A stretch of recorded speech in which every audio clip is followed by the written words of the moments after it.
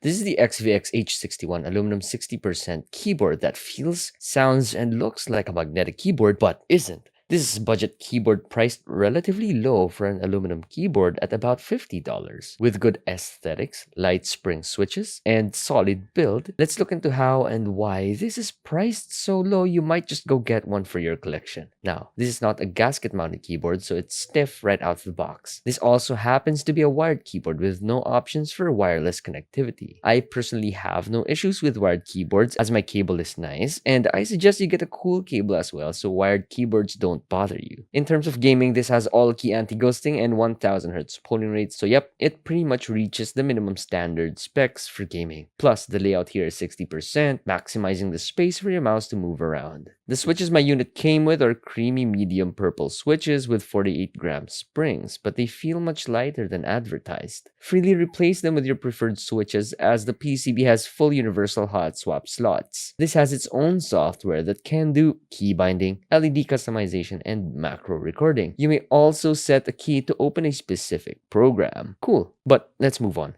Box contents include the keyboard itself, documentation, cable, key puller combo, 3 extra switches, extra enter and escape keys, strap, and strap locks. I wish this came with a PET dust cover, but that's just a bonus given the price and all that this has got in its box. Cable is braided black, so that was a good touch. Onto the keyboard, the body is made of all aluminum with a finish that I believe is anodized, but feels rougher than most anodized aluminum keyboard builds I've tried. The keyboard has 2 dampers with no bottom case foam or padding, which is why it sounds a tad bit hollow, very much similar to magnetic keyboards. It also isn't too heavy or too light, clocking in at 800 grams. Despite the weight, this stayed stable on my desk the entire use and testing phase, as underneath, you get rubber anti-slip pads, and as expected of aluminum cases, you don't get kick-up feet. The USB-C input is panned to the left top side of the keyboard, a standard feature for keyboards leaning more towards gaming. The keycaps are made of PBT plastic and cherry profile. These are double-shot shine-through keycaps, which makes the keyboard all the more aesthetic with RGB. Legends appear pretty clear to my eyes, yet I wish the RGB was brighter, but that's fine. More on this later. The stabilizers are tightly placed on the aluminum plate, so that was really good. They're lightly lubed, so I would add some more grease to them, as rattling can still be heard on the stabs, and the switches make a loud bounce-back clack. Onto the 48-gram creamy purple medium switches. These are average in terms of spring weight, but feel lighter to me because probably I got used to a 55-gram spring in the past few days of testing other keyboards. Anyways, for gaming, these switches are perfectly fine in terms of weight, but this is all just pure preference. Paired with an aluminum plate, this sounds really clacky and again, very much similar to a magnetic keyboard. Listen here.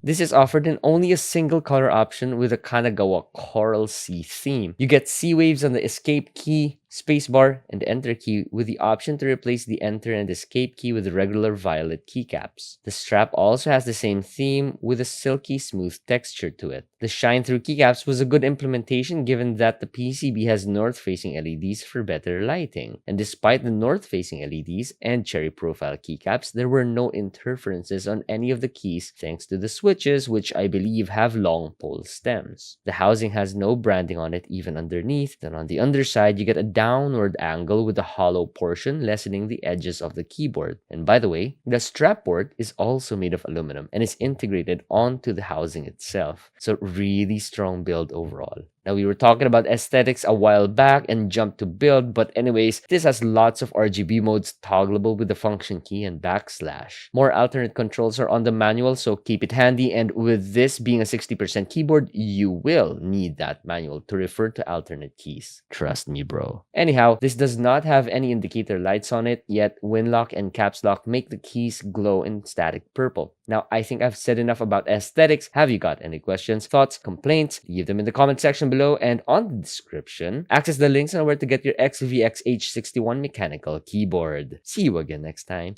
and goodbye.